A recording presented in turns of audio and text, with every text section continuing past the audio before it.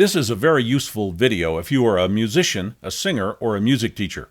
I'm going to explain how to use the two-row chart above my head as a regular tool in your personal and professional musical journey. Every voice is different.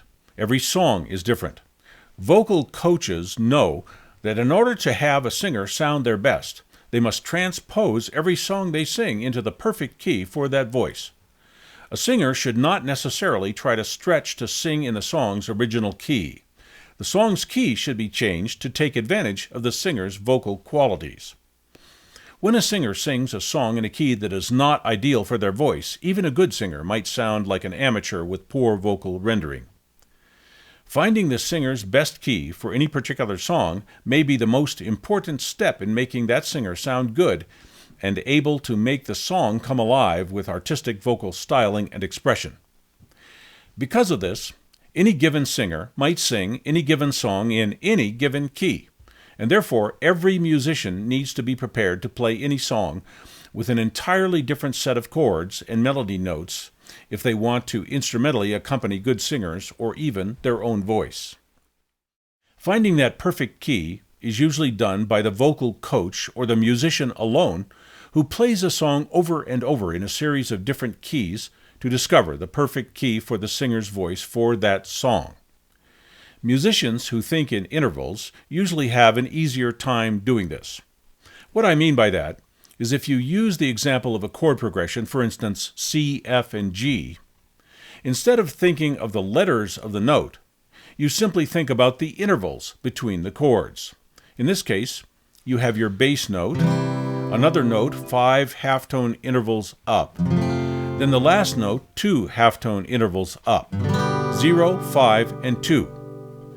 You can take those intervals anywhere on the musical scale and they will work for the song just as well as the original progression of C, F, and G.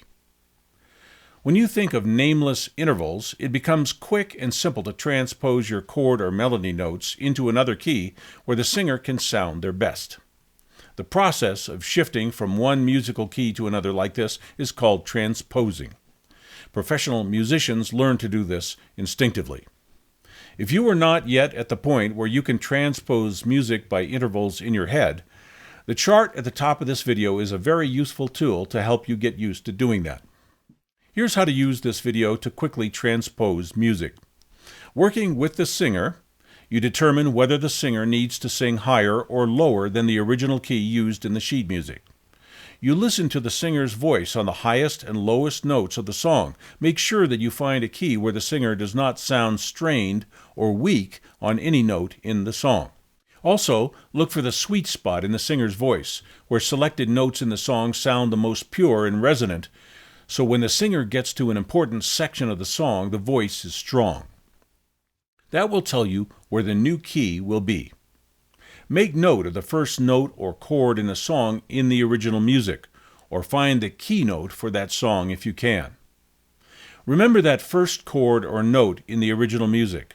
Then look at the new key you discovered while working with the voice, and make note of that new key, chord, or note on your original music sheet. With this video, the rest is easy. Locate the song's original keynote on the top row of the chart in this video, and then scroll the video forward. You will see the lower row shift to different positions. Find the point in the video where your original keynote in the top row lines up vertically with the new keynote in the lower row.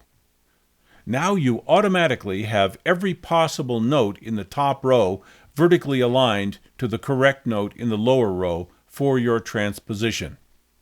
You can now instantly transpose any chord or note for that song by simply looking at the top and bottom rows of the notes in the chart.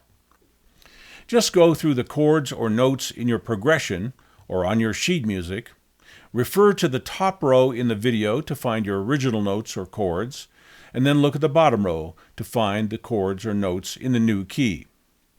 Notate your music sheet with the chords or notes in the new key from that bottom row.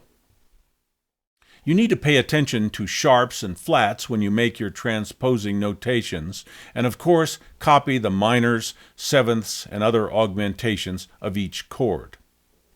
With this video, All you need to do is copy, not calculate. To get to the next level as a professional musician, train yourself to recognize the intervals and the typical chord combinations.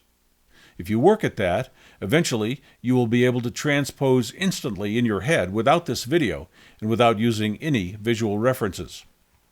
Using this chart in this video will save you a lot of time, make your singing sound its best, and train you to start recognizing the intervals like a professional musician. Even if you're not currently working with a vocalist, it is a good exercise to pick any song and transpose it this way, then practice playing the song in the new key.